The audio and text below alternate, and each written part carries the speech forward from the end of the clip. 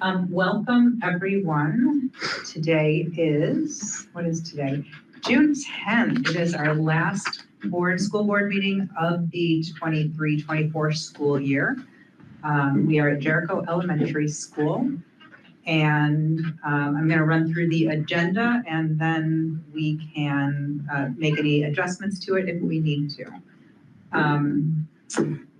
We have start with community comments. We'll start with a roll call, then we'll do community comments. Then Todd will take us through principal report. We have a policy on proficiency-based graduation requirements that was brought to us last meeting to approve at this meeting. Then we have a monitoring report that John put together for us to approve. We have updates on the capital and facility planning. We have a superintendent report, any committee report updates. Then we have a draft of the 24-25 board calendar to review, minutes to approve from the previous meeting, and other business. Does anybody have other business to add right now? Go ahead. It doesn't necessarily have to be tonight, but the Stevens Trust, at some point, I would like to bring the Stevens Trust account up to the board. So let's have a quick discussion about what that is. Yeah, maybe we can just sort of let people know what it is and what we're. Yeah, and then we have a retreat meeting in August that I just wanted to put on everyone's radar that was recently scheduled for us. I know very last minute for folks who are having summer plans, who have already made summer plans. Anything else? Okay. Pat, could you call roll for us, please? Do we have a fun question, like favorite thing to do in the summer? Let's do that. Favorite thing to do in the summer, so that we can giving everyone no time at all, or something. That doesn't be your favorite thing. Something that you like to do in the summer. Makes it so much easier. So much. We can't hear. Pat, if you said something, we couldn't hear you. Stu wants to join the meeting. No, we still can't hear you, but I can read your lips. You said Tara Arneson.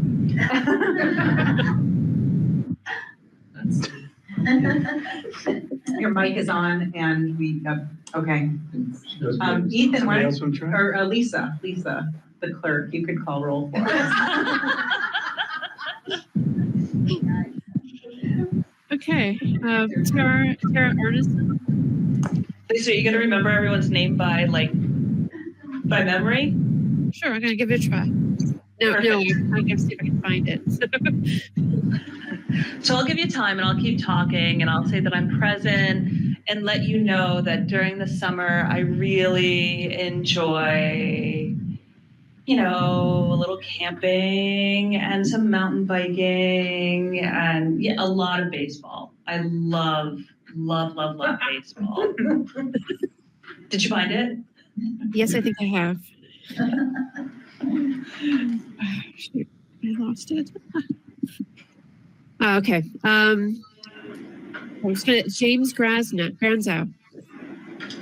Present. I enjoy boating on the lake. Okay. Allison Conant is not here, correct? Yes. Ethan Maurer. I'm here and I love sitting by a fire.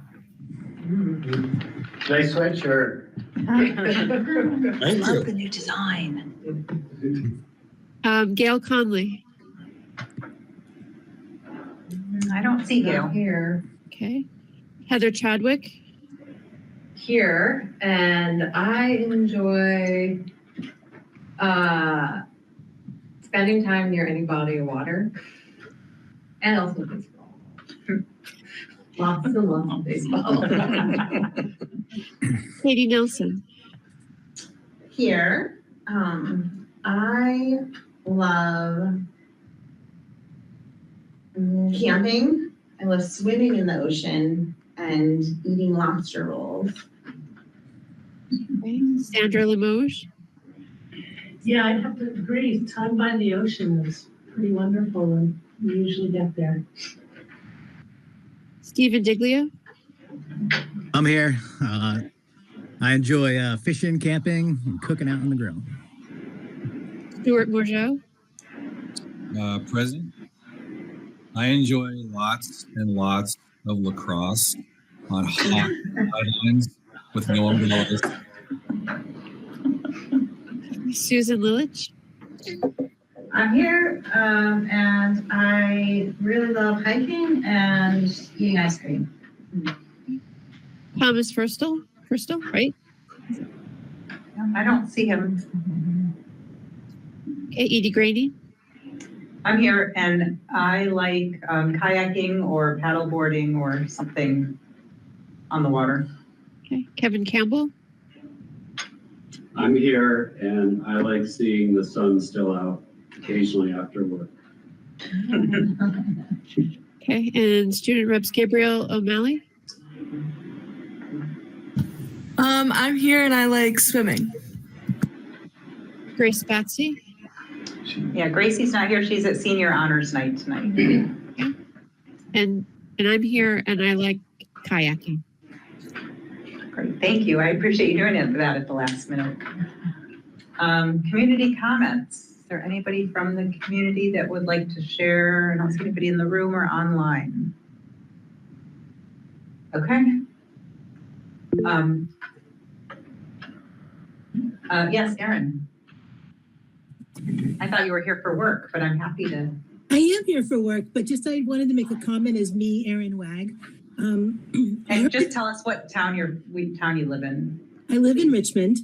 Thank you. And my kids are way long out of the school system.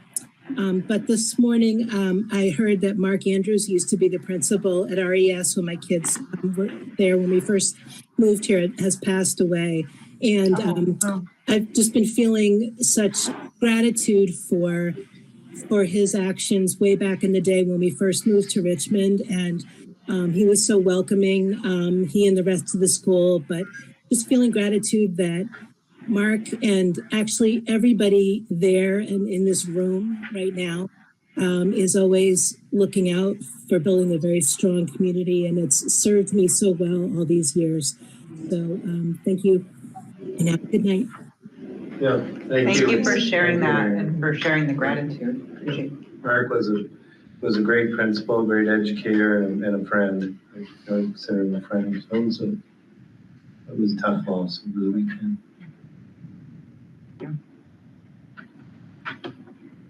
Okay, on that note, sorry, All right, Todd. no, that's all right. We'll bring it back up. There's Just, would you introduce Yes. yourself? So I'm Todd Rolene, second year principal here at Jericho Elementary. You got my report. Thought I'd dig into it, just a couple little pieces there. One of the fun things that happened this year, it took a little while, but we have created a student council. So giving kids a little bit more voice there, hopefully creating a little more sense of community. So we're pretty excited about that. They're still getting their feet under them, but good stuff happening there. I am a big one on citizenship, and so I was really excited at a few different things that were happening this year. There were a variety of charitable efforts in different classrooms and grade levels, which I thought was really great to see. Let's see. Some classes in Spanish immersion raised, gathered school supplies, donated school supplies for needy children in Nicaragua.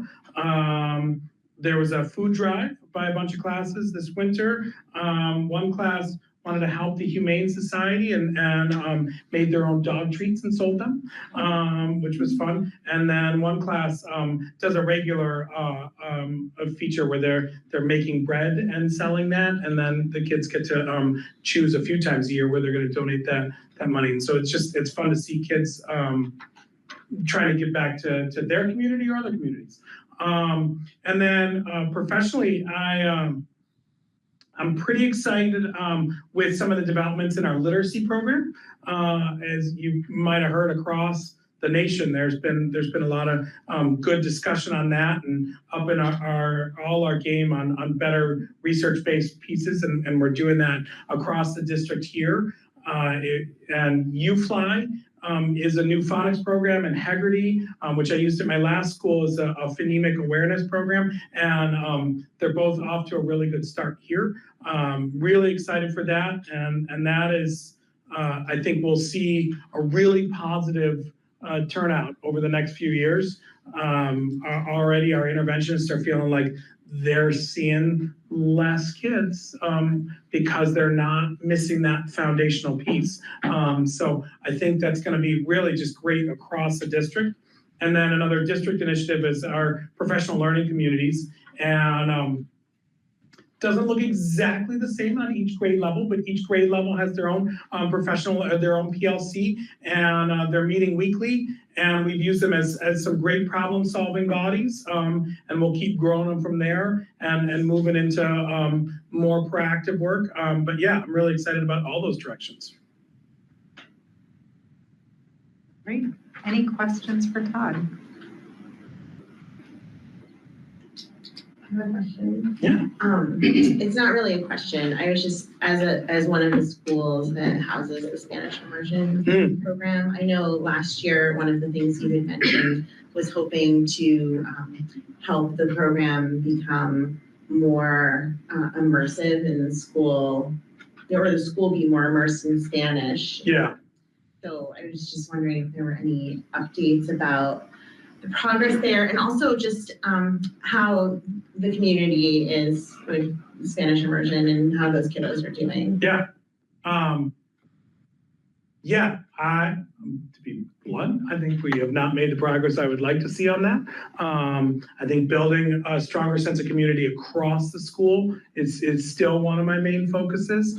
But I would say immersing, the crossing those boundaries is between English-speaking classrooms and Spanish-speaking is better. I think the grade level teams, the PLCs, are helping with that.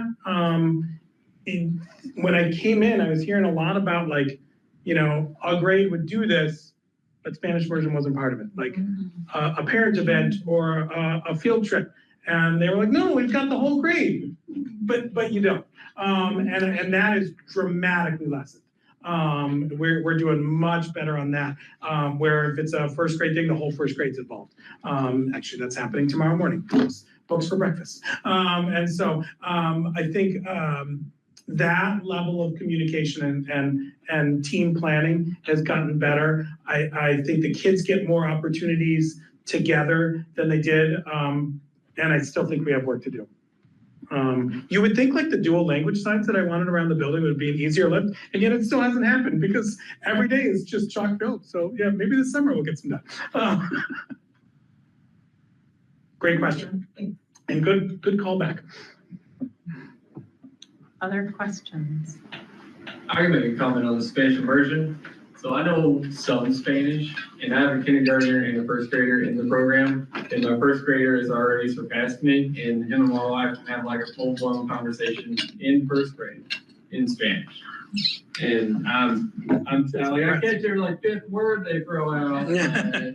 It's impressive how fast they're absorbing this second language. Yeah, we just had our fourth grade biannual or biliteracy celebration. So they actually attained a certificate not from the school or the district, but from an outside agency that they qualify for with their level of literacy as biliterate in fourth grade, so or end of fourth grade. So it is impressive how much to pick up on the same thing. I'm like, the kindergartners pick it up way faster than me, but I'll keep trying. Other comments or questions? I noticed that there are, it's a small percentage of students on IEPs, and it's smaller than a lot of the schools that we've seen. Is it different this year? Is it a? That number was similar to the report I gave you last year, and I actually don't know from years before. I know, you know, some buildings we've been in, it's 30% or higher, and. Yeah, no, we're mid-20s or low, yeah. We're a little bit less. Part of that, no, that's great.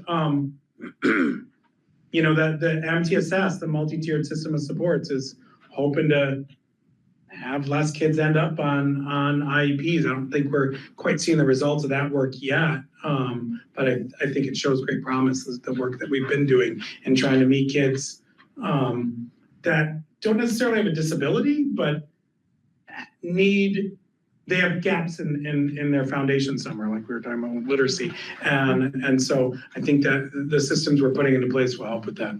But yeah, it is a little bit lower than. Yeah, and on the literacy, I was meeting with Andrew today, and we've made quite a bit of progress in literacy.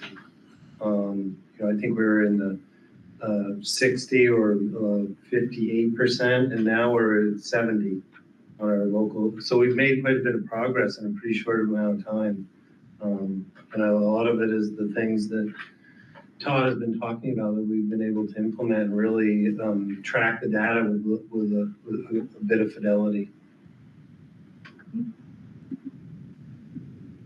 All right, well, thank you so much. Yeah. You are welcome to stay and you are welcome to head out. So You all are welcome to reach out anytime, but thank you. This is great. Thanks for all your work you do. Great night. Thanks, Todd. Thanks. Next agenda item, can I get a motion to approve the proficiency-based graduation requirements policy, please? Thank you, Heather. And a second? Thanks, Susan. Any discussion on this policy? It was presented to Yeah, us we the went last into it pretty meeting. in depth at the last meeting. Yeah, but just if anybody had a chance that they thought about it, thought it through, they want to discuss on that. Were there any changes made since the last meeting? No. All in favor? Aye. Aye. Any opposed? Any abstentions? Okay. It didn't sound very resounding. Well, all right, thank you. The proficiency-based graduation requirement policy has been approved. We now have the Global Restraint Monitoring Report from John. You want to take us through that? Yes, so just a little bit of information for new folks or folks that are new to policy governance. This is one of the executive limitations, which are really the things that I shall do and shall not do.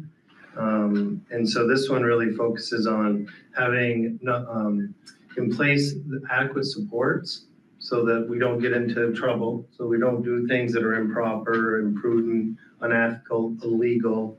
And so in this report, I try to represent the system and then also myself, because part of this monitoring report is, am I doing things that I shouldn't do? So, or am I not offering the right supports, and am I doing something that is unethical? In addition to that, really looking at what's the evidence that will support that. This is an important one, I think, because it really does represent sort of the global view as well as, the things that I'm doing. And what I try to do is represent the things that we're doing right now, and that we're not like being complacent or ignoring things that we shouldn't, because that's part of this as well. So when things don't go right, or people make mistakes, what do? Do you do the right thing? Do you follow procedures that are effective and proper? And so in this report, I try to offer evidence that that we are doing that. And so I just thought I would walk through some of the evidence and talk a little bit about it. The other part I think I would share is that we really put a premium, which I say in the report, on treating people right. even when it's not easy, even when you're in tough situations or you're having tough conversations with people or they're angry at you. It's always trying to, I call it taking the high ground, being a good listener, using, when you need to, I statements, and just trying to be as supportive as you can, because really 90+% of the time people are trying to do the right thing, but they don't always understand either how to do it or they make mistakes. So some of the evidence that I share are the trainings that we have. And there's some overlap in one of the recent monitoring reports that I have done, but Rebecca and Blythe Leonard, who's our compliance coordinator, has really, really helped us. So we have our act together, particularly on the response side. I think there's some things definitely we could do more preventatively, but when things things don't go the way they're supposed to, we have a good process of how to address them. And that's from, bullying and harassment and hazing for both students and staff. And Title IX, making sure that people understand, when you make a complaint and how you make a complaint and who you make it to. And then, our bias trainings that we have, done pretty much universally so that people understand there's things that you just don't say. And we're really trying to help people understand why, the why behind it. And then things like, even bloodborne pathogens and student records. So there's a lot that we're doing on the front end to try to prevent bad things from happening and people doing things that they shouldn't. This grows, year by year. And, some of the work we've done, I think really well is really on the discriminate, people don't intend to discriminate, but they sometimes do unintentionally. And so helping people recognize, when that can happen and how it can happen so that it doesn't happen. There's a lot in our employee handbook, which I have shared with you in the past, but it's a document that's really important because you go back to it sometimes. But people will say, well, I didn't know. And you say, well, you signed, you signed something that said you read through this. And so we're able to also hold people accountable. And that's not, the big point is trying for them to understand what we're about and what we expect them to do on a daily basis, so that they can do it. So there's no secrets. There's not somebody, at central office saying, gotcha. We want people to know what we expect. And so we put it out there and try to help people understand that. Then our administrative procedural guide is also, it's a dense document that we go over with our administrators so that we're following federal and state guidelines, that we are doing things ethically. And that's from, how we treat students to our education finance, how we do our books, how we pay people. So that's a really important document. And it's also supposed to be a resource for our administrators so that when something happens, they can go to it, say, okay, I know what to do. Then just our mentoring program, which has really evolved in a big, big way. And that supports staff members so that they, know what to do, and have someone that they can bounce ideas about and ask questions. And it's been really, really helpful in avoiding things going wrong and also retention. We don't have a lot of turnover. People retire, but that's normal. So our attrition is not high, which is, I give a lot of credit to the supportive environments in the schools.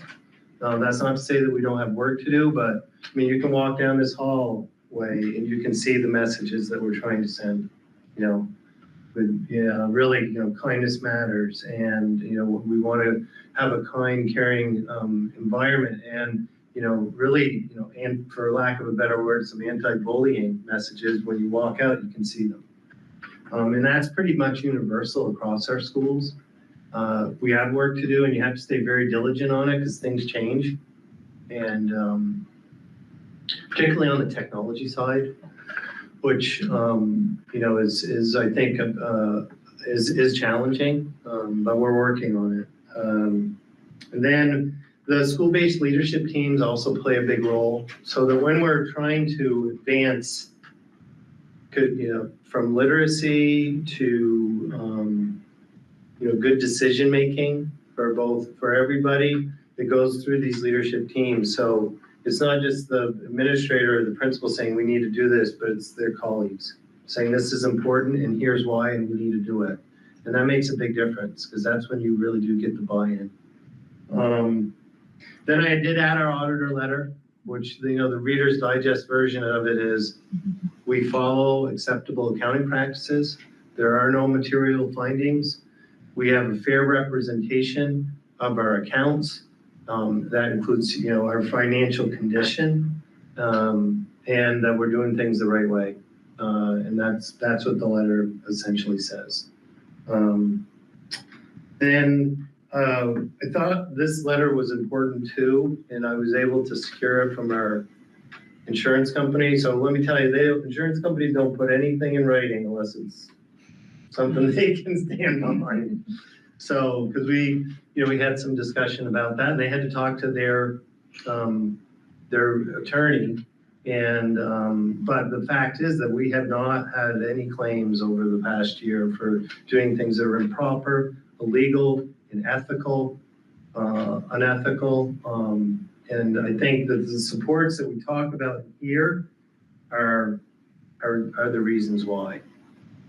Yes. Sorry to interrupt you, John. That link in particular just has a request for whatever, how do you say it? Okay. Access. Yeah. Request access. Okay. Let me just go. I want to pop it in there if I can quickly. I like to do it as a PDF, but I have it in Google because it's important. It's how.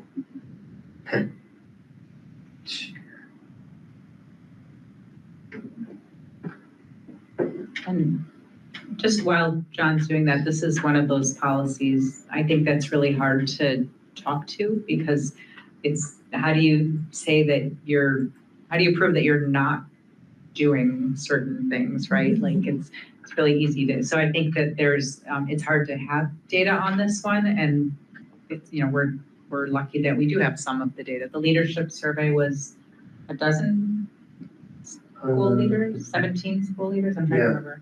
It was pretty high percentage, like 75%, which is pretty high. Responded to that, so. Yeah, Ethan. I just, add to that, that first line of this policy too is much more positive, right? Like leading the district with transparency, credibility, and inspiration. I think the documentation here really speaks to transparency and credibility, and also, like things like the mentoring piece, that is inspirational. Maybe there's more evidence in a future report that can kind of point to that inspirational leadership as well as addressing kind of all the tougher stuff maybe. Yeah, that was hard. I will be honest, the sort of inspirational part, that's why I added the section at the end, some of it, because it's hard to prove you're inspirational. I would say anecdotally, we all see that though, John. Thank you. I mean that too. I was going to make a comment about you not really doing a whole lot about patting yourself on the back, so that must be hard for you also to do that here. I'm sorry for taking so long. That's not a problem. I don't understand. Well, we can just, now we know, so we want to. Well, let me read it to you. I don't understand. I should be able to link it before the meeting. Is that the IT? Why don't I share it? Can I share it with you, Brad, and you put it on the screen? Sure.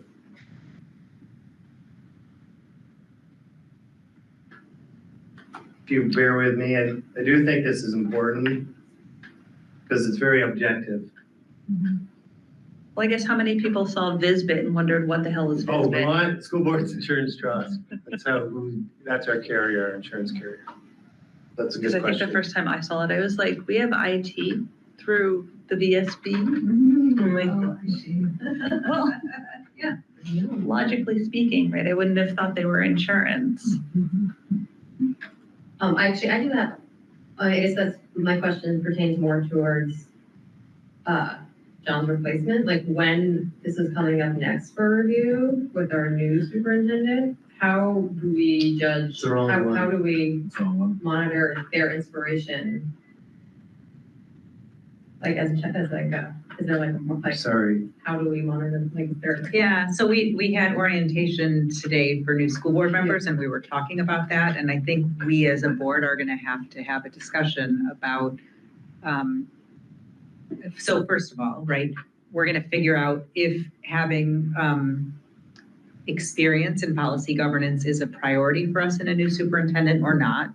So that will make a difference. And then we have to figure out as a board if we want to have some kind of an ad hoc policy governance policy committee to work with the superintendent as they're putting these policies together and help them. But the new superintendent can always and should always use all of the previous write-ups to put a new one together because we have history on that too. Oh, no, I understand, So- I just think of like. But how, right, yes, but how are we gonna figure out if they're inspirational? I think we're gonna have to survey staff. We're gonna have to really be in touch that way more. And there's already a survey that is created and we can always add a question or two to it. But yeah. Did you get it, Brett?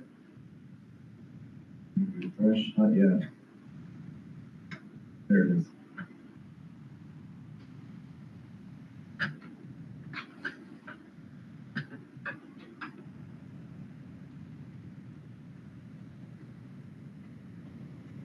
This is very exciting meeting watching for anybody who is watching our This meeting. better be the best letter. I think it's great.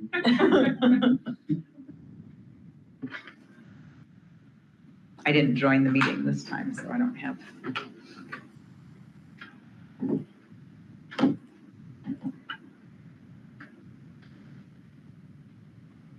You see, is that the right Yeah. one, John? Yeah. Yep.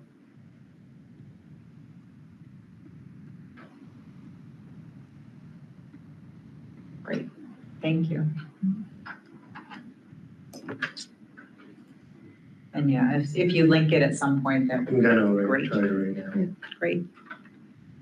Any other questions or discussion about this monitoring report? Go ahead. Yeah, Yeah, so a couple comments, and mainly to John, but also to the board and newer board members. This report is 10 years in the making of progression of doing policy governance, and I think we've come a long way as a board, and John, for trying to give the board something that we want in terms of being able to digest it and think about, do we have the right policy? Does the board need to do anything different based on what's being reported? He gives us the structures that are in place to try to meet the intentions of the policies, but then also a couple of pieces of evidence that show the outcomes of those structures, or that he did the survey, this letter from the IT department, also our insurance company. So all told, I think a pretty good report.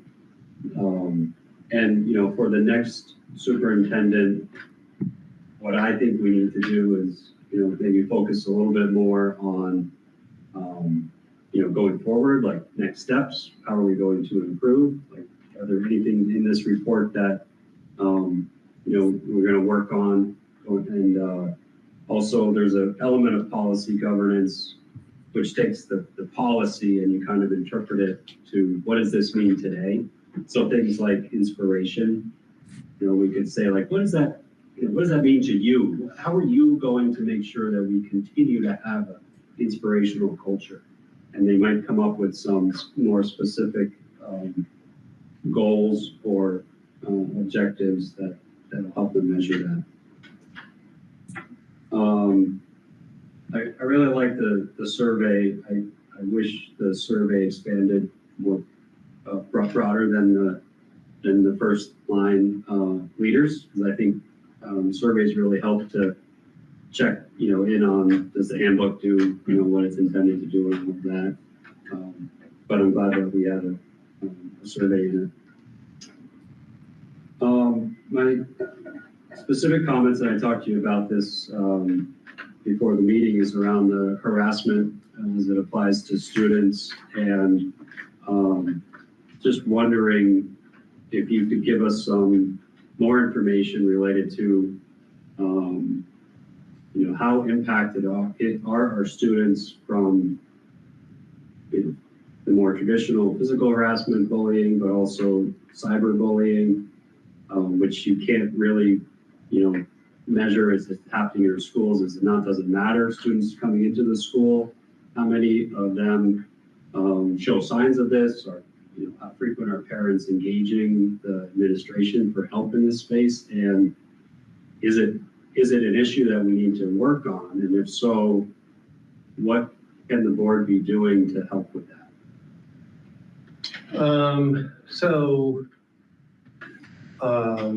I thought I would focus on what we're doing. Maybe I'll just give you a brief overview of what we're doing on the prevention side. Now, this is a big issue. It's a tough issue. And it's complex because technology and social media is everywhere. And there's a lot of not good things on the internet that our students have access to 24/7. If they don't have an adult, carrying adult that is helping them understand it and monitoring what they're doing on their phones, because it can become very challenging. I need to pause you there because I think that we kid ourselves when we think that any parent or adult can monitor their kids' use on social media for any real amount of time, right? I think that's a false narrative that we have, that the social media companies push, that parents should be doing this. And I think we really need to push back on the social media companies. So I just don't want that to be a place that from our starting point, that this is a parent's responsibility solely. I think this is a social media company responsibility. And I think they are, there's so much data right now that shows that they are doing this on purpose. It's an $11 billion business that they are making money every year from teenagers and under 20s. And it's, sorry. No, this is a strong feeling one for me, and this is a lot of data, one hot topic. I have lots and lots of data that I'm happy to share with folks on. No, that's a good, I'm not trying to blame parents. Yeah. So please. No, I didn't hear it that way, and I wanted to make sure that. But I think you're right. This is a formula that these companies have put together, these algorithms and a lot of other things that are, and understanding what kids want, what students like, and so there's a lot of science behind it. What I was trying to share was it's really tough for the school to manage or put a dent in it because students are out of our company, and I call it locus parentis, which is when they're in school, we're the parent, right? Whereas we act as the parent when they're in school. So it's a big deal, and it's a challenging element of school now, and growing up that is becoming increasingly more challenging. So yes, it's a big deal, and students are coming into school and needing support around, somebody did something, it wasn't nice to me online, or, did a fake face of me, you know, those kinds of things. It happens, you know, a lot more than we would like. I'm not sure if this isn't relevant, we can not address it now. But one of the things that I've been thinking about in my own home is that my kiddo has his school computer. And so that school computer opens up a whole another world. And I know that we're providing access to kids who don't have computers, and we have an expectation of work that is done through that vehicle. But it doesn't seem like there's any kind of filter to prevent him from being on YouTube or playing video games on the computer that we, and this goes back to what Edie was saying, that we didn't download or facilitate, right? So sometimes I also wonder, I do want to say that the school has some responsibility because they have this tool from us. Yeah, very true. I was thinking more about phones. I know. But you're right. I mean, I think Jeff is on here. Jeff, you on here? He was, but he might have left. So we've been, you know, we do have filters when students are in school.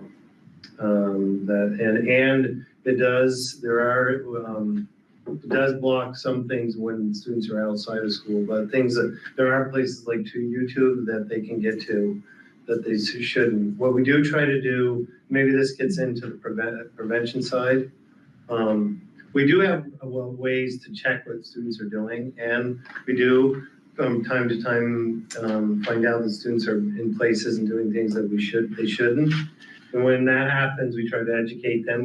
We talk to the parents too. And sometimes it means some restrictions on technology if we find out about it. But I'll try to go through some of the prevention. So, and on the educational part, in our health and guidance classes and advisories, we do education around, you know, cyberbullying and harassment, because cyber harassment is a real thing too. And, you know, the dangers of technology and the internet, and then what the acceptable uses are as far as the school is concerned. And some of the things that can happen if you know, as logical consequences if you do something that you shouldn't. So we have, we call them digital leaders, but they're like our tech leaders that work in schools that are working with teachers and guidance counselors and librarians around implementing digital leadership, citizenship, training for students. And this includes online safety and cyberbullying and harassment. We do have a policy that we approved recently that really supports this work that we're doing in the schools. And then the other part of this is just, when you think of cyberbullying and harassment, it's creating a culture that is really respectful too. You know, students make mistakes, right? We need to also understand that. Certainly little Johnny Alberghini made plenty of mistakes. Just ask Harriet, my mother. That was without the internet. Yeah, that was without the internet. That's right. So you know, you have opportunities to educate, and a lot of times that really works. You know, when I'm talking to principals and teachers and parents, you know, when we are able to catch students doing things that they shouldn't and educate them, it typically works. And parents and caregivers have been very supportive of this. So part of it is the culture and encouraging student leadership and celebrating diversity and inclusion. You know, all those are important to trying to prevent issues that are happening online, particularly cyberbullying and harassment. But it does happen. We do have a monitoring system on our email chats that notifies us if they're using our devices that detects bullying, but it's only if it's in our system. So if you're using, and I'm probably like there's other apps in this, Snapchat or, you know, something, another app, social media app, we wouldn't be able, unless somebody shows it to us, we wouldn't know. But we do have some safety systems in place for our computers, even when they do go home, to know what's going on. And we do get messages saying, you know, somebody said something they shouldn't, we're able to follow up on that. We have offered some parent informational meetings that have honestly not been very well attended. So we really need to think, the people that are there are the people that, you know, that want to learn about it and are probably really engaging with their students around it. So that's what we have found, but I do think we could try more of those. But what we have talked about is trying to put together a resource center for parents and caregivers. So to help them understand what's going on with the social medias, companies that are really trying to make money at the expense of students and vulnerable students at that. And some of our most vulnerable students are the ones that really get caught up in this. So I mean, when you say what could we do more of, I think we could do a better job of the parent education piece and trying to figure out what do people really need. I think that would be the first place to start and want. I think we tried to come up with it on our own. That's not probably the best way to offer education to families and parents. What do you need? That's what we should be asking. What do you want? And then trying to go out and find that. Then on the response side, because there's another part of it, students are going to make mistakes. I know I've said that before, and so do adults. They do. You know, we have 2,600 students, we got 500 employees, they make mistakes. I think our response is very good. When I talked about that a little bit in context of this report, I think the proactive measures could be better.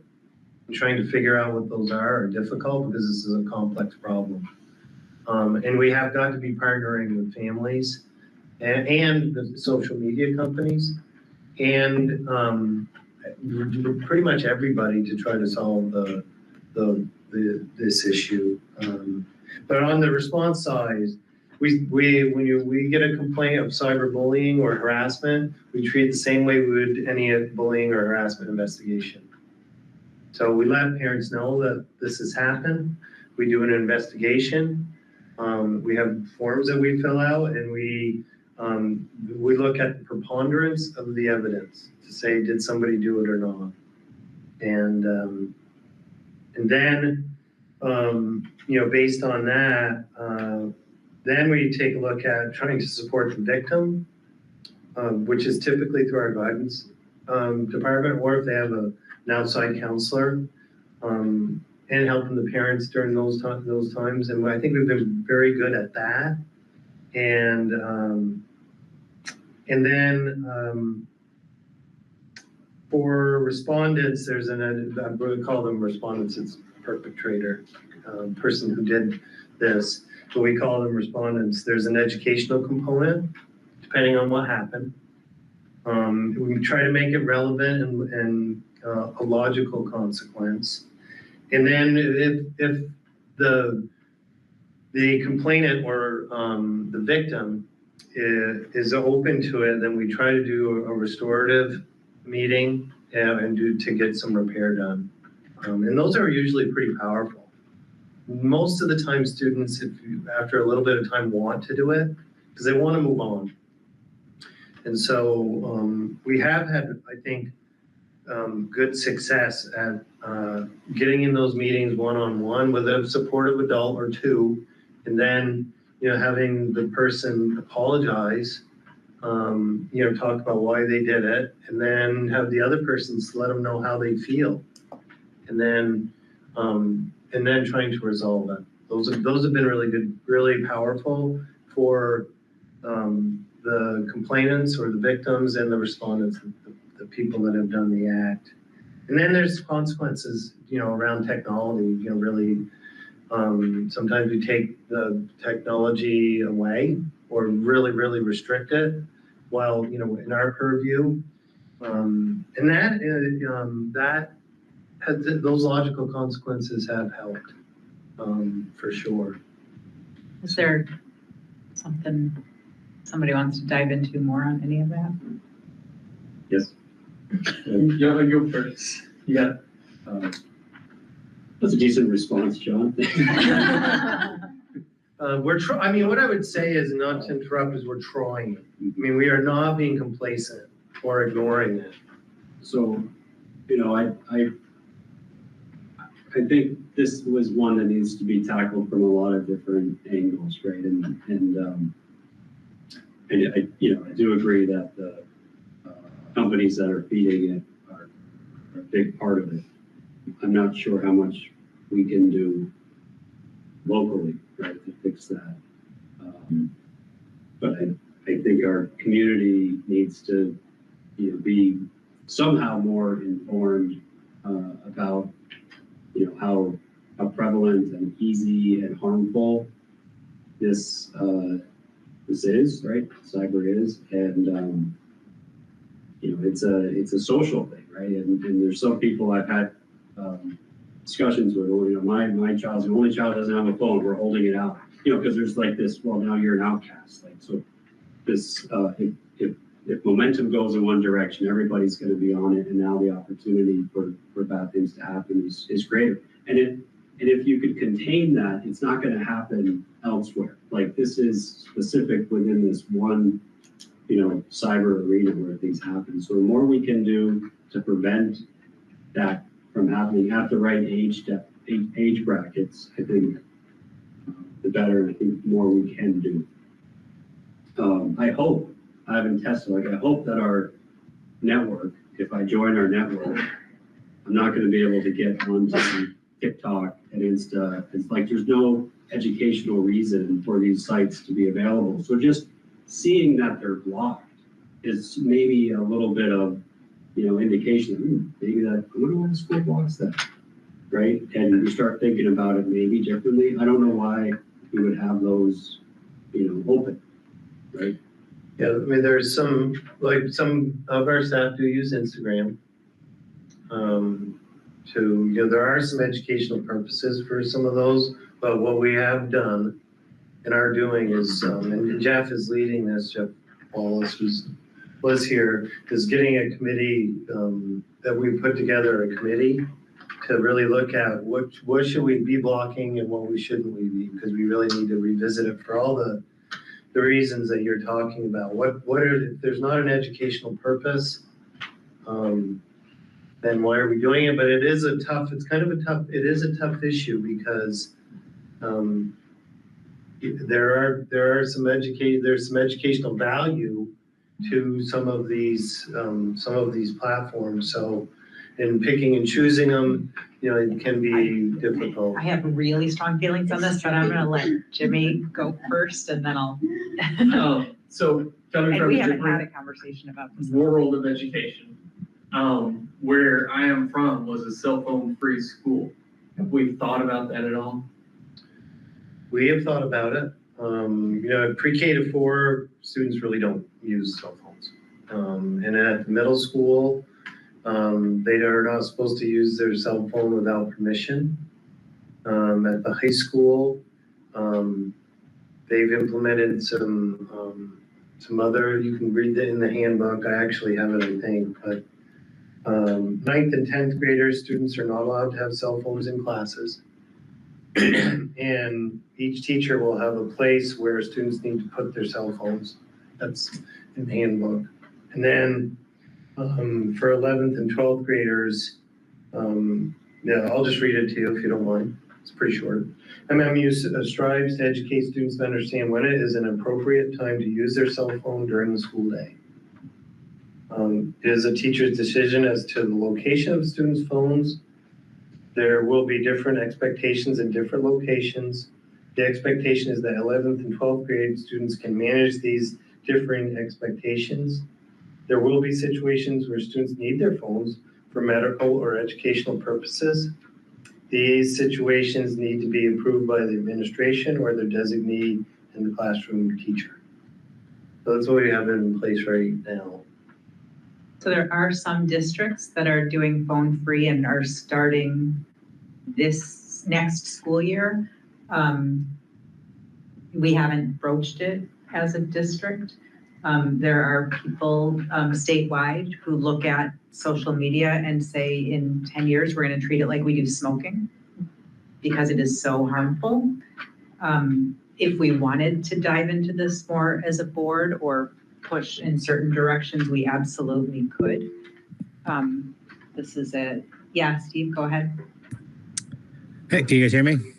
Yeah. Yeah. I'm just wondering if this conversation's more for when we review the responsible computer network and internet use policy, or is that an actual policy or a code? So I'm kind of looking through our codes because I'm like, this is something we really do need to talk about, but it seems like we may have a policy on that as already. Yeah, this falls under unsafe or improper practices. So that's part of this policy. So it would fall there, different from specific computer use. But yeah, it's a fair question to ask. Like, are we talking about something we should be talking about right now? I always appreciate those questions. And then one of my questions was, actually I had two for John, but looking at this policy language, is there anything that you felt in the wording that leaves you vulnerable or is a little too vague or open-ended? In the monitoring report or in the policy itself, like the way the policy is written? I mean, I guess it's written into, just the wording of it. Not this particular policy. Okay. I mean, if this is something that the board, wants to relook at at a policy level, then that's certainly your prerogative. I mean that sincerely. I think you'd want to get you'd really want to take a lot of feedback. We just redid it. Yeah, we did. We redid that a little while ago. 2 years ago. I'd have to look. But I have. There's no limitation on how many policies we can revise. Yeah, we can revise again. So that, but it's also a good question for Steve to ask, right? Like, John, how does this policy feel to you as somebody who is being monitored by it? This one? Yeah. Oh, okay. I wasn't sure if we were talking about the responsible computer network. No, this one. No, I don't feel vulnerable by it. This is a big issue. Yeah, and one that we've grappled with too. What's the right level? Because you do want to teach. Part of what Mike Weston is always telling me is, John, maybe we're not always successful, but we really do try to teach kids how to use, the technology the right way. And I think his concern is we also want them to learn how to use their phone the right way and be safe and appropriate. And maybe that's, as this has evolved into a bigger thing, then possibly that's not possible. But I think if that's something that the board wanted to relook at a policy level, you could do that. You could definitely do that. And my recommendation would be to get, feedback from the school community, including students. Yeah, and parents. I was going to say, I think that what we have done as a board, and just to preempt maybe what you're going to say, is we would probably direct the district administration to come up with something more restrictive, if that's the direction that we wanted to go, rather than the board developing it. But that's that would be kind of how that's what I would recommend. What you just said. But I didn't stop. I don't know if that's where you were going with that. It can be if you want it to be, but that's not where I was going. I was just going to say, my questioning was specific around harassment, cyber harassment, cyberbullying, and use of technology, right? To go down. Some of the discussion has expanded to just the use of mobile devices in general. And the mental state perhaps that our students get into by watching certain things on their phone or following certain people on their phone, that is well outside of, that's like self, impactful, right? But the whole thing, I don't know what policy it would fall under. But I think some of the reasons why districts consider, just trying to get off that technology is not just for the topic we definitely know, but it's other reasons as well. Right. Equity maybe also in there. So I would say there's unsafe and imprudent when somebody posts something and is watching their phone for likes, and all they can do is focus on their right, which has nothing to do with who you're watching or anything else. But it's just as it's emotionally an emotional impactful. Yes. You could argue. Yeah. And so should we be allowing that in our schools? That's the question. Tom had his hand up first, and then I'll.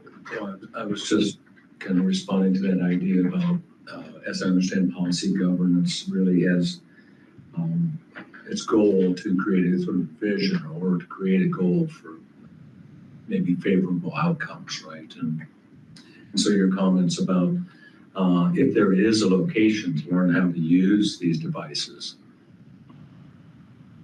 safely and productively, and artfully, I would say too, because there are a lot of different kinds of, especially with AI apps coming on in schools everywhere, are trying to struggle with, well, how do we respond to these, AIs in school and help students, learn, because it's like automobiles, you may like horses, but automobiles are coming. And so we need to teach kids how to drive, not ride a horse necessarily anymore, right? And I mean, it's one technology after another, and it's really productive, I think, and useful for kids to have an environment where they do have adults modeling this sort of behavior and having a set of goals about how to really productively and creatively use these devices, and to understand, that we collaborate in some ways with technology, especially the smarter that it gets.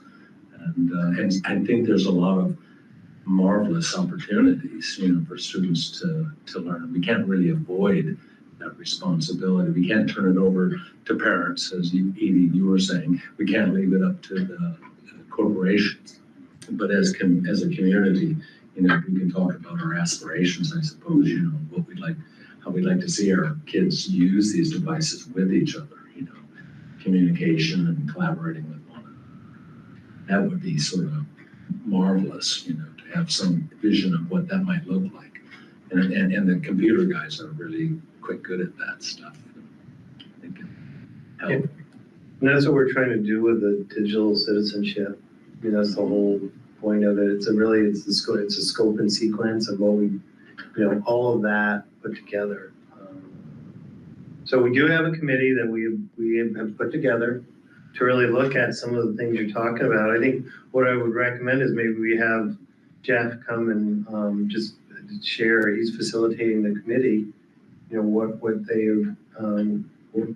we've accomplished, because a lot of what you've said today, those are the things we're grappling with. What do we block? What do we don't block? And why? Should we be more restrictive with just technology in general? There was a time when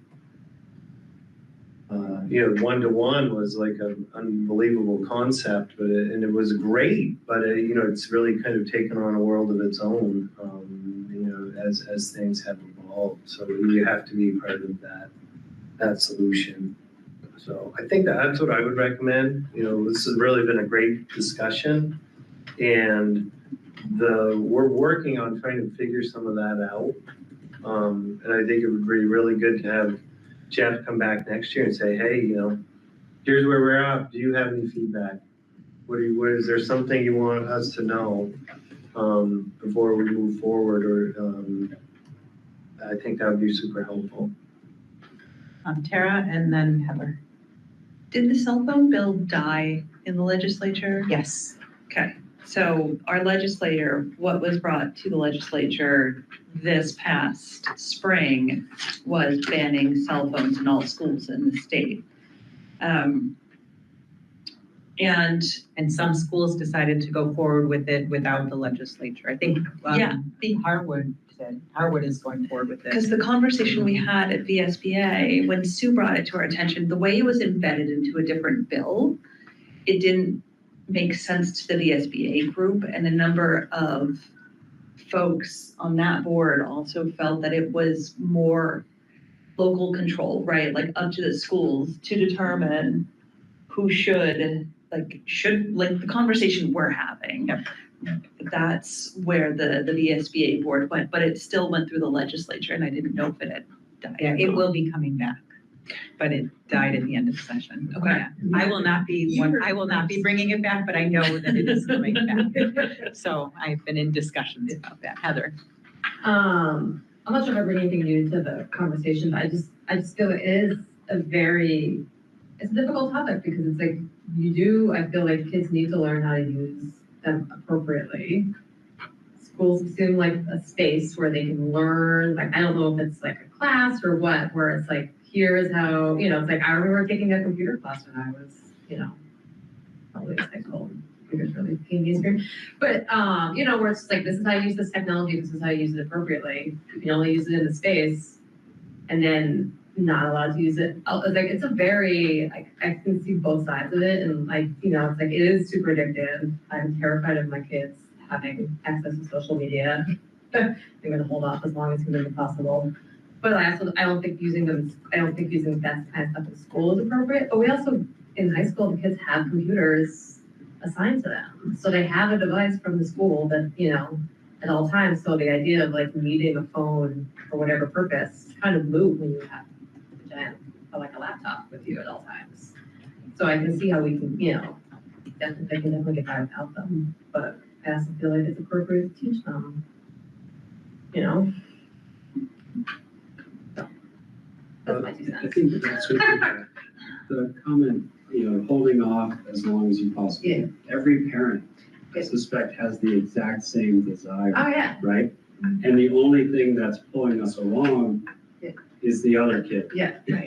Well, I feel like that's where. That's the part that I just who's going to, just Well, and on the other hand too, lead that. I also feel We have a like, role. oh yeah, another thing that falls on the school's laps of having to deal with, of like everything else that we are, and yet not funded, where it's just like, I do feel like there's a huge community involvement that needs to take place in this too. Yeah. Parents in a support group. Yeah. Well, so I think we are now devolved from this policy. 100%. This is clearly something we want to come back to. I think there's, I sent you all some resources that you can spend some time on this summer. Can I get a motion? As we're all camping. To approve the 2.0 Global Restraint Monitoring Report. Kevin is moving that. Is there a second? Thank you, Katie. There's a second. All in favor? Aye. Aye. Any opposed? Any abstentions? Thank you. Approved. Moving on to the next agenda item. Capital and facilities planning updates. We have the capital projects for 24-25 that are scheduled and the spreadsheet. Anything you want to mention about that? Oh, we put a lot of time into the capital plan. We finalized it at the end of last year. We do have, there are a couple things in there that I noticed that Phil has to go back in and update. Not to bore you, but we did the 93 roof at Browns River last summer, and then there's a fire alarm that we put in at Brewster Pierce, so just updating those. What I will tell you is this is all gonna change a little bit because we're gonna have a database from the inventory that the state did that we'll be able. So for new board members. So new board members, you want me to do this? No, I think you can if you want, but we had these, The state has realized finally, I'll do it this way, I'll do it really fast. The state realized finally that we no longer we have not been funding school construction since 2007. And because of that, schools have been individually deciding if they could come up with enough money to do it or not, and how they were doing maintenance. And we are in a gigantic hole because 2007 is a long time ago. I'm not going to do the math. So last year, they did a survey of all of the schools in the state to see what state the buildings were in. Some of the survey was done really carefully. Most of it was done on a surface level. And so now there is going to be a better database with more information, and that there will be priorities on, first of all, there's no money still. But once there is money, first we'll figure out how to fund it. Once there is money there, which there will be, we will figure out where we fall in that list of what needs to get done. And we are one of the districts that has actually set aside capital funds to make sure that we can continue to keep roofs from leaking, to continue to keep our ground safe, to continue to, because we pass our budgets here and we have been, we consolidated, which we were able to actually do some of these really well thought through processes. And so now there will be a database. There is a committee statewide that's run really well through the Agency of Education that's looking at all of this. All you. But that database is not up and running. Yeah. But it will be. I talked to somebody recently. It should be in the fall. So it'll be populated. And my plan is to bring that to the facilities and Finance and Facilities Committee and talk about, what we need to do as a system, and really go through, because it is a lot of it is very superficial or cursory. So they really looked at the age of things. And so this is a tiny list of the things that will be happening over the summer, but these are the biggest items. But every building will have something done. Yeah, we have, constant these are the big maintenance ones. happening. These are the major ones. Go ahead.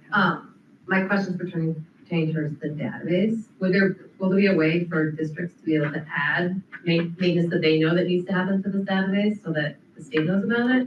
I don't know that. What I do know is you could, say, when we do the 93 roof at Campbell's Hump, you can go in and say, updated it, it was done this time, and then it'll give you a projected lifespan, so you know when you got to redo it again. Does that make sense? Yes. But I don't know if you can add it. I would think you probably could. Because it's only, because like you said, it's very superficial. There's got to be a bunch of stuff that they miss. So it's like, isn't the database the state's using to determine funding? Well, the survey was done to figure out how much money was truly needed. Yeah. And then once there is money, there will be some kind of a system set up for people to say, I need money.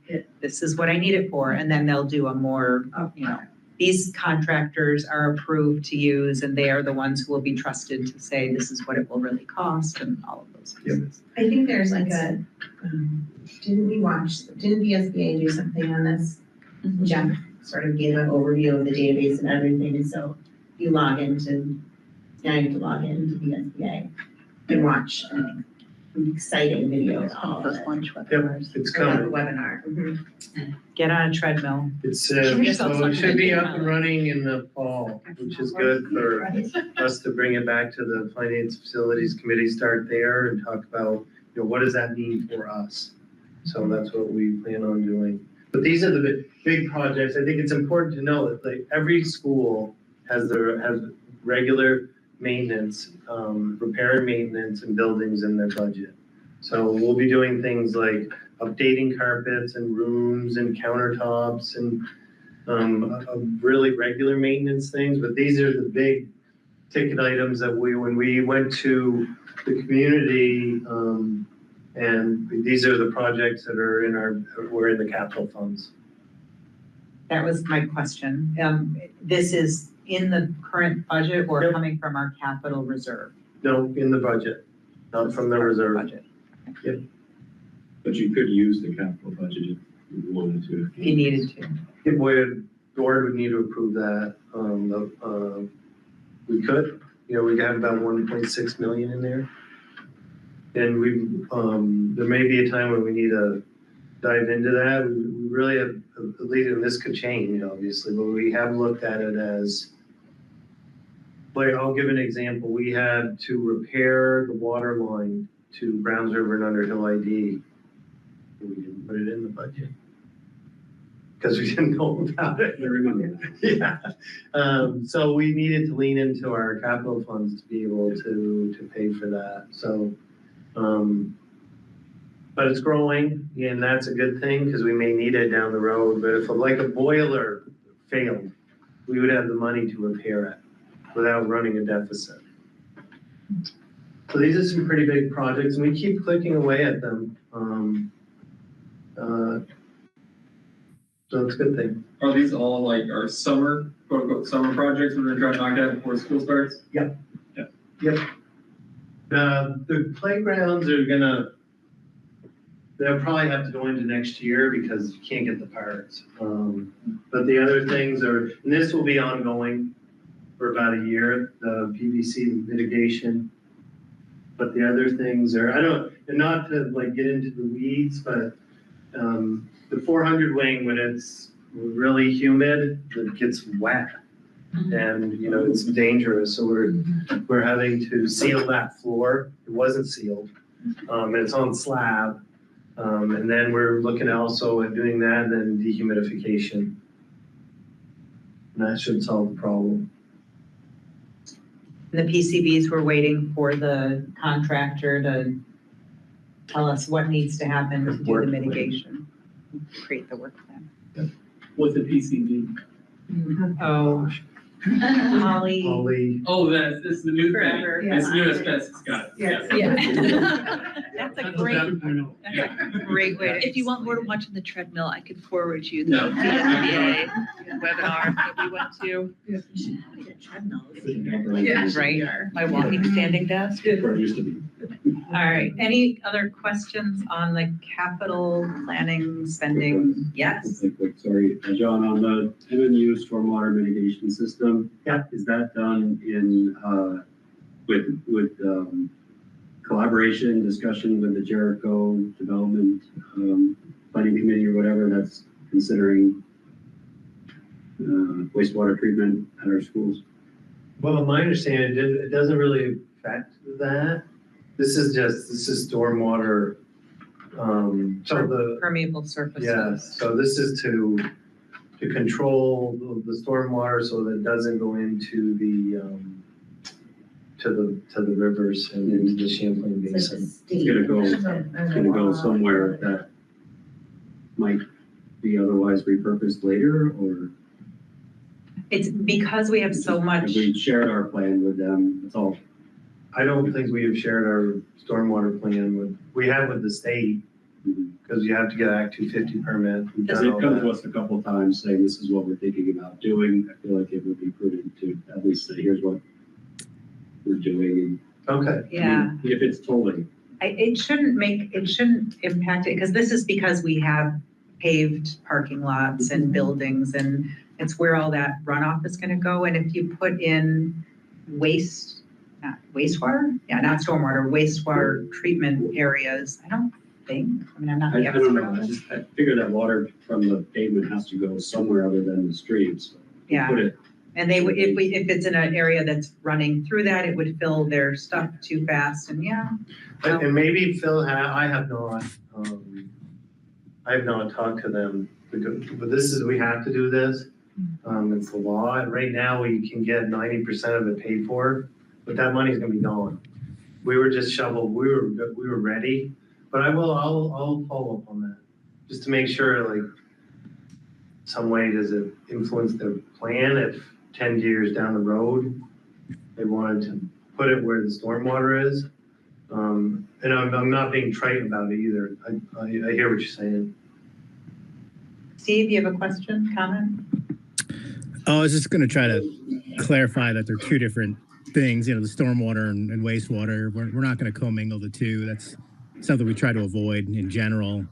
But John brought up a good point that it could be a spot where they may be looking to do like a leach field or something that we'd be occupying with our stormwater treatment system.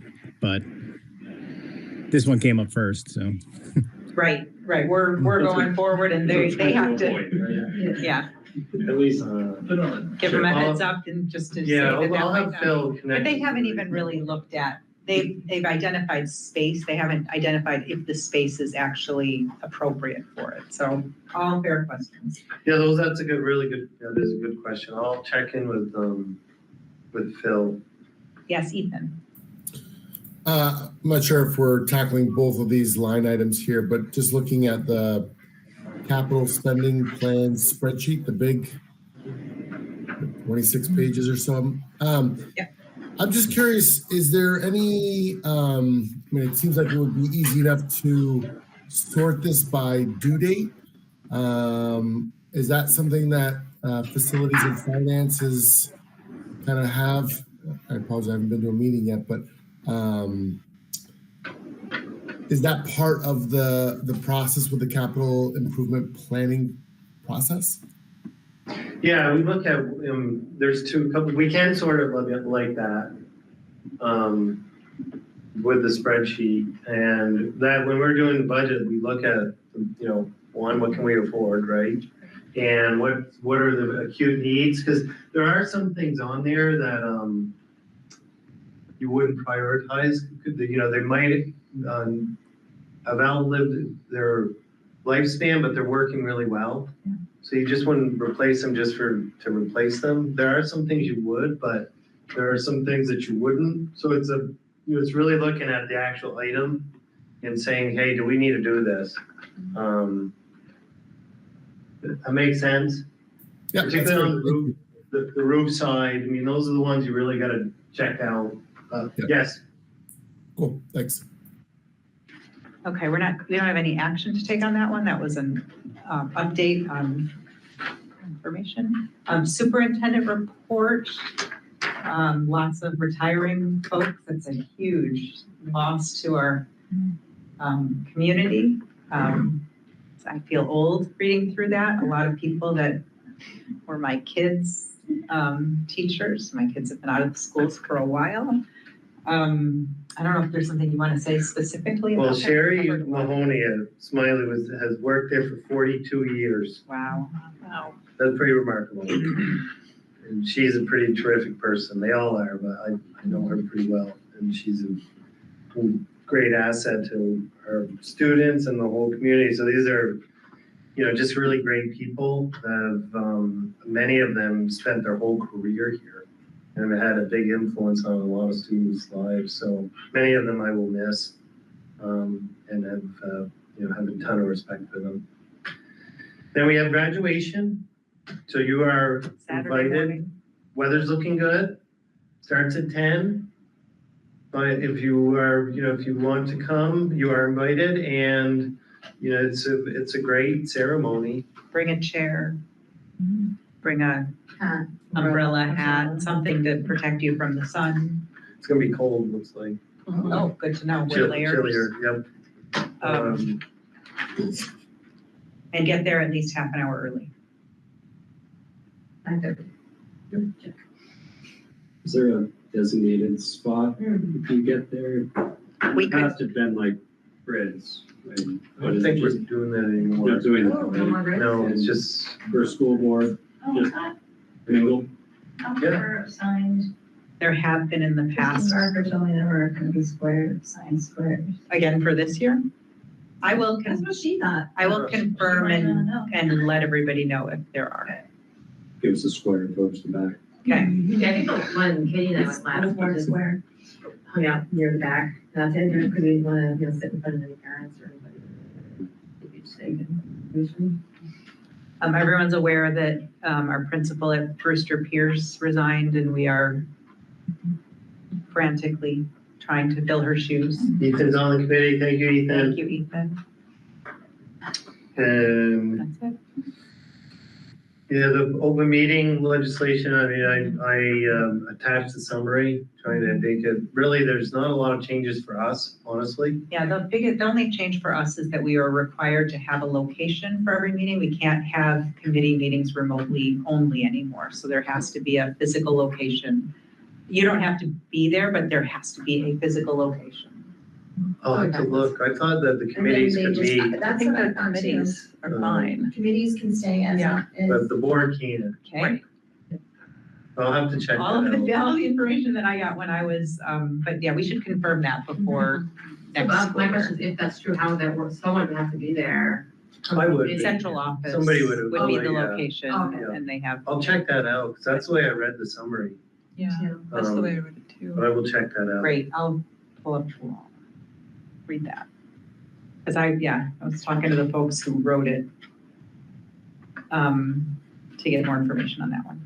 But great, that would be fantastic if the committees are okay.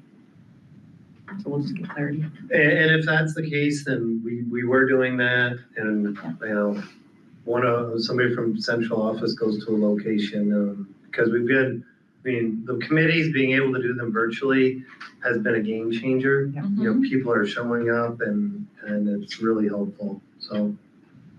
I don't think it would be that difficult to have a Correct. location if Correct. we wanted, even if the law allows us to not. I think we could consider our own policy. Yeah, either way, they just said you don't have to. Yeah. Like, we think, I'm gonna check it out. That the summary is pretty long. Okay.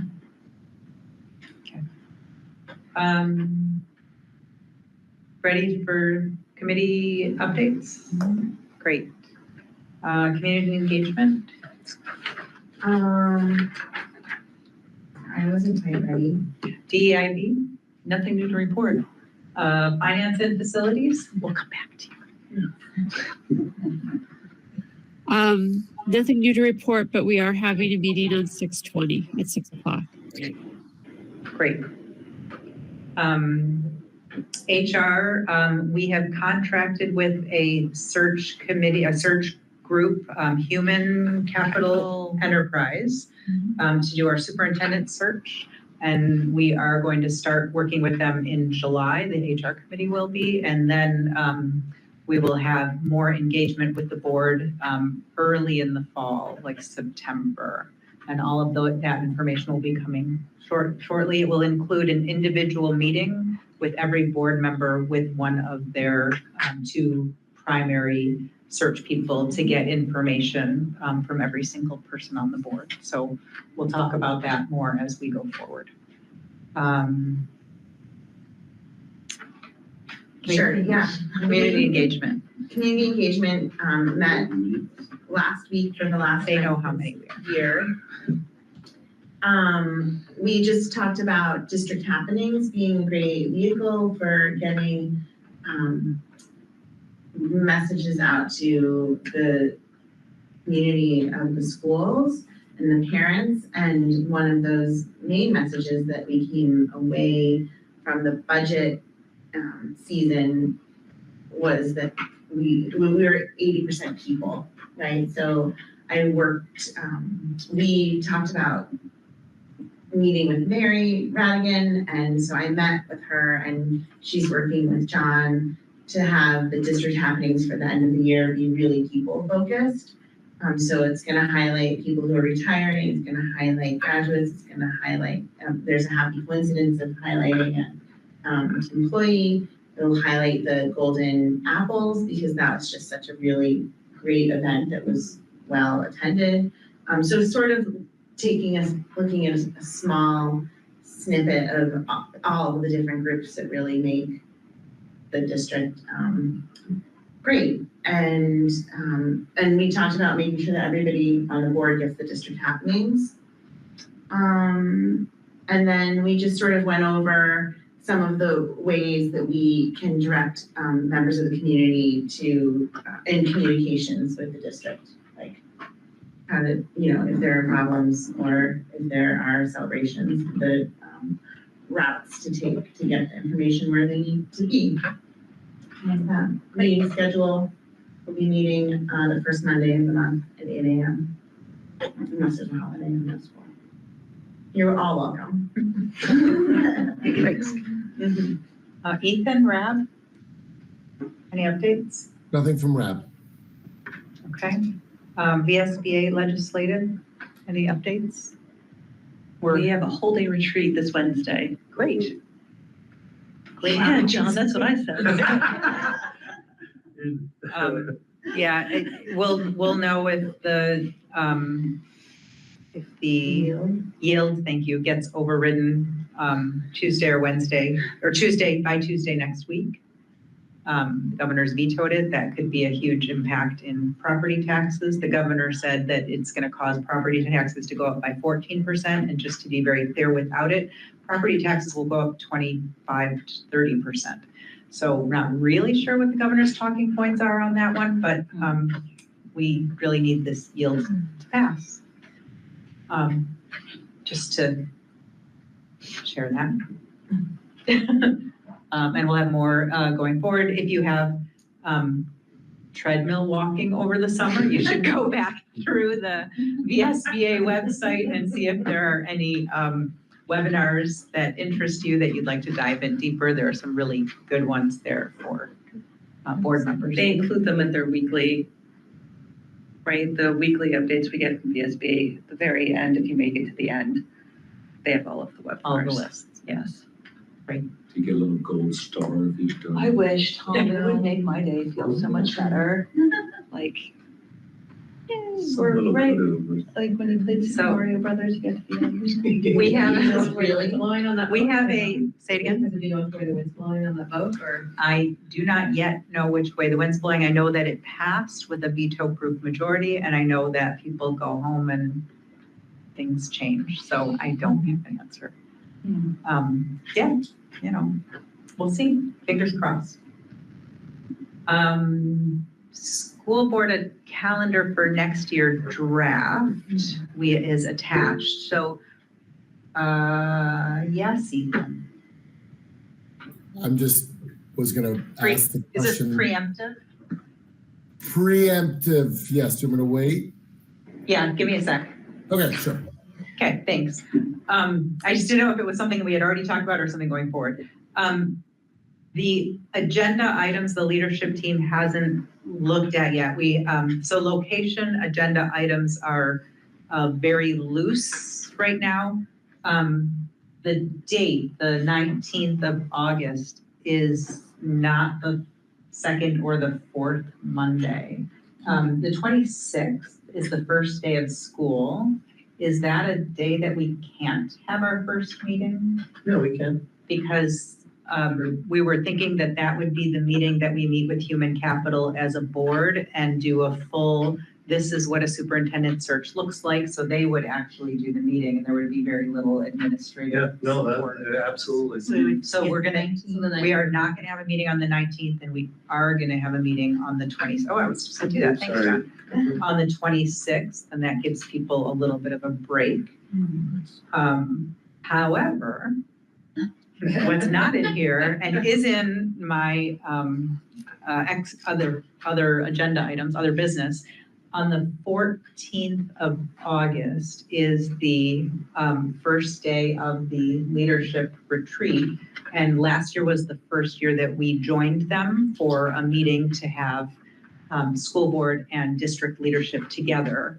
We did 2 hours with them last year, and we'd like to do 2 hours with them over lunch again this year. So it would be on the 14th from, what did we say? 11:30 to 1. 11:30 to 1:30? Yep. So I'd like folks to hold that if you can. If you have already made summer plans and you can't be there, just let me know. There will not be a book this year. Last year we read a book together. This year. I can make it. This year, There's no homework. lunch. There is no homework. There was lunch last year. And Yeah, there was. but if there is a book, can we share Sure. Is there a virtual option? I think we could do We that. could, Yeah, yeah, absolutely. we could Yeah, make that. Sure, Because absolutely. I'm one of those, I can't be here in person, but I can make virtual work for 2 hours. Great. Definitely do that. So if anyone's in that situation, let us know and we can make that work. But if I'm the only one on the big screen that day, I'm tuning, like I'm not coming. Well, human capital. No, will what, have to be you would be on a computer in a small group probably. Okay. Like that. That would be reasonable. Okay. Ethan, did you have a question? Well, just a request for the August 7th location. Is it possible? October to- 7th? Yes. Is it possible to do the Brewster Pierce site different day. Sure. Is there you have a specific day in mind or just not that one? Just not, I won't be able to make October 7th, so I'm just. So you'd like to be able to meet in your backyard? I mean, if we're gonna meet, you know. Fair. It would be more fun if I didn't show. What's that? Can you do the 23rd? Yeah, yep. Okay. The 7th is my anniversary. It's just, so. It's not an excuse, Ethan. Priorities. We're gonna figure, we're good. And I'll be camping, so. So no remote option. Okay, thank you for that, John. You got that? Thank you.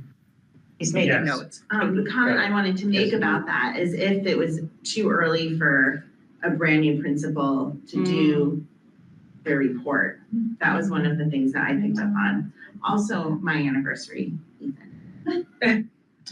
I'll move it, I'll move that, I'm gonna highlight it, okay? Great. I think that's a good point. Yep. Katie, thank you. And I thought that as well for the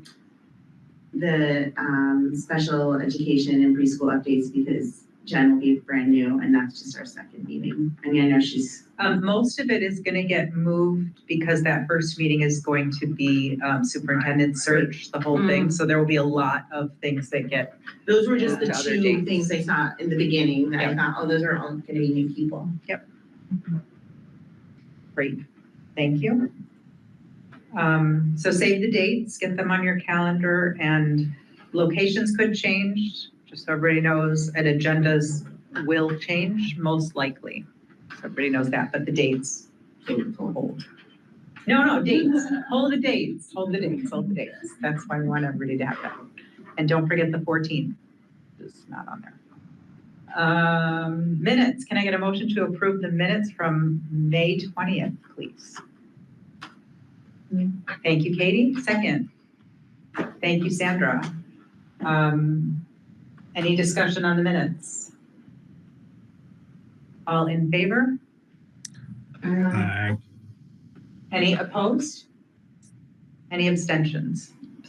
3 abstentions. Okay, thank you. Other business. Susan, tell us what the Stevens Trust is, please.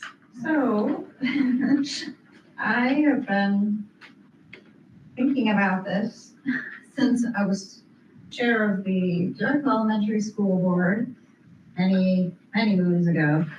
And it came to my attention, I think just from reading the town report, that there's an account held by the town of Jericho called the Stevens Trust Fund account. And I did some sleuthing and talked to a few people who sort of remembered some things about it. And what I was able to find out was that there was many years ago, like 100 years ago, roughly 100 years ago, there was this fund set up by Luther C. Stevens, who was the school director in Jericho in 1907.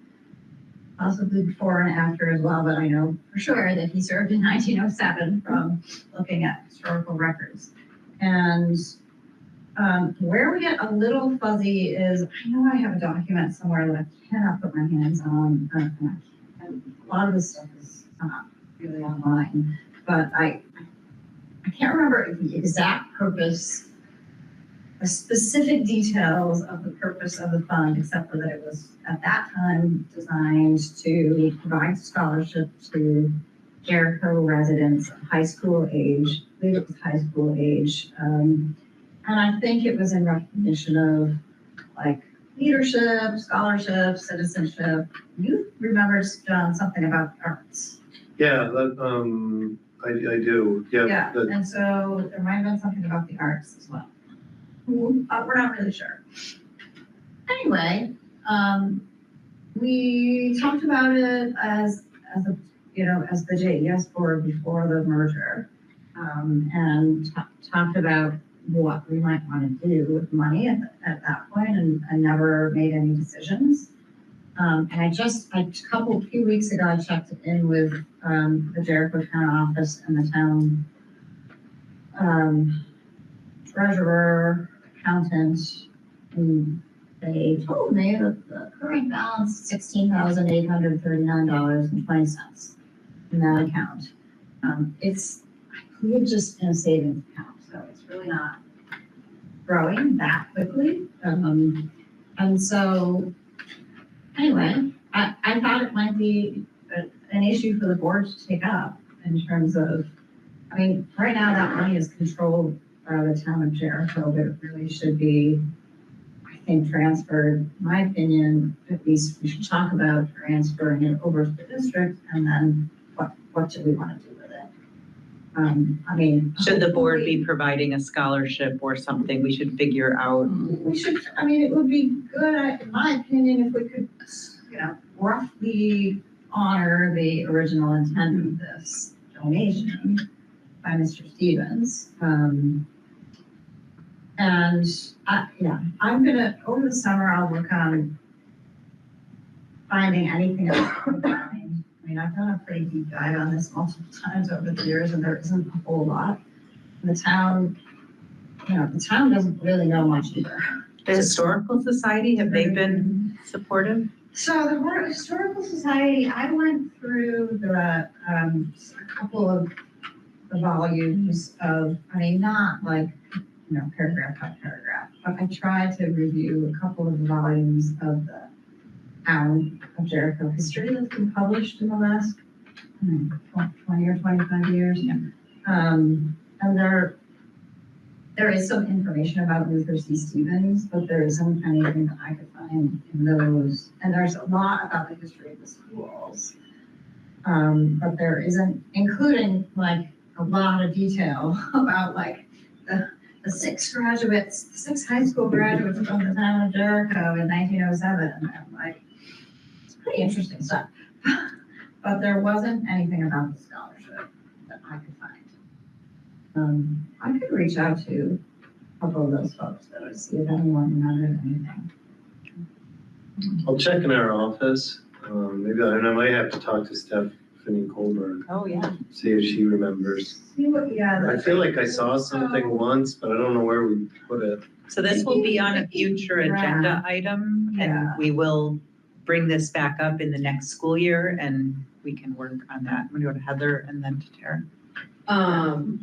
I guess I actually wonder if it's more of a town of Jericho thing, because it's like Richmond just had a big ordeal about the land that was donated to the town of Richmond to be kept as a park for perpetuity, and people wanted to develop it, and it was like went back and forth to town meeting.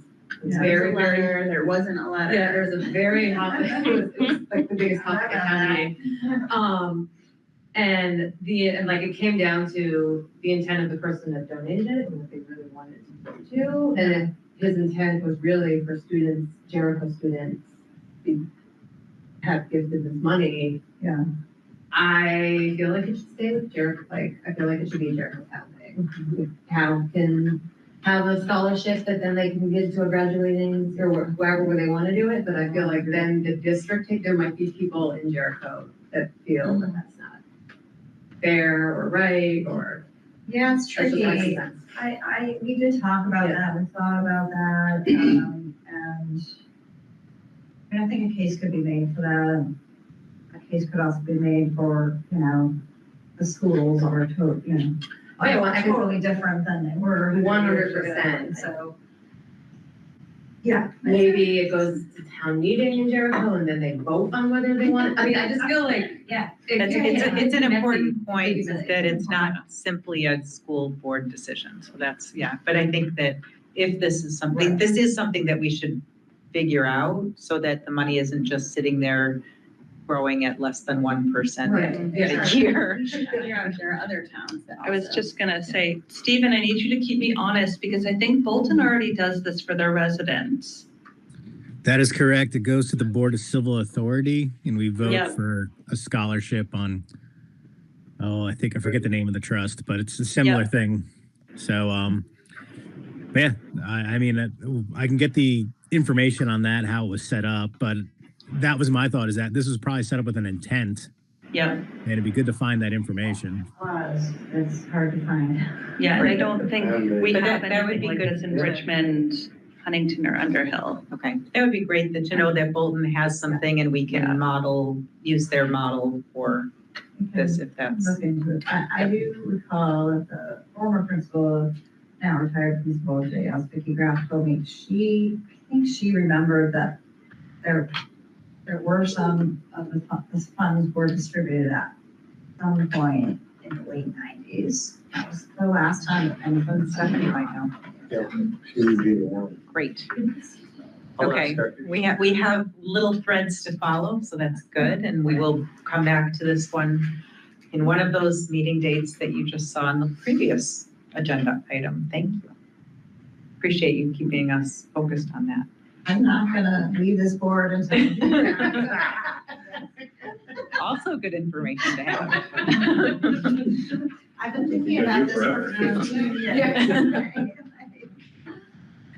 And then the last other business, does anybody else have other business? I have one more. Okay, go ahead. You can do yours. Regardless of how the yield goes out, every year that I can remember, Andrew will have a response to the tax bills that On goes Front out. Porch Forum. On front, like ready to roll, when people start receiving them. Are you volunteering? I don't think he's gonna be doing it this year. No, I'm not volunteering. But I think, the bills are gonna likely cause some, Consternation. some kind of communication. So we should be, I think, prepared to respond. Great. Thank you. I think that's a good call, and perhaps Nicole can look at those and see if that would be great. So, yes, okay. Any other business? So I just want to put something else on folks' radar. The Deborah Rawson Library sent us an email about they are looking at their long-term planning, and they would like to do some kind of expansion. The issue with that is that they are on our school property, on our campus by Browns River. And so they will be going to the Finance and Facilities meeting later this month to talk about that, because they don't want to go forward unless our board says that it's a possibility, because why should they spend time and money to do something that we are going to say no to? So Finance and Facilities meeting on Thursday, Lisa, is that what you said? The 20th, on the 20th. And the 20th at 6 o'clock. 20th at 6. So that will be one of the things discussed at that meeting for anyone who is interested in listening to that and understanding a little bit more about that. That's the last thing that I have. I went through my list, confirming that I went through my list. Yes. If you are on the HR committee, if you could hang out for 5 minutes after this meeting, that would be great. Otherwise, I would love to have a motion to adjourn. I will make a motion to adjourn. Thanks, Tom. Thanks, Susan. All in favor, give me a thumb, hand, eye. Have a great evening. Have a great summer. Gabby, we will see you in the fall. Hope you have a lot of fun time off.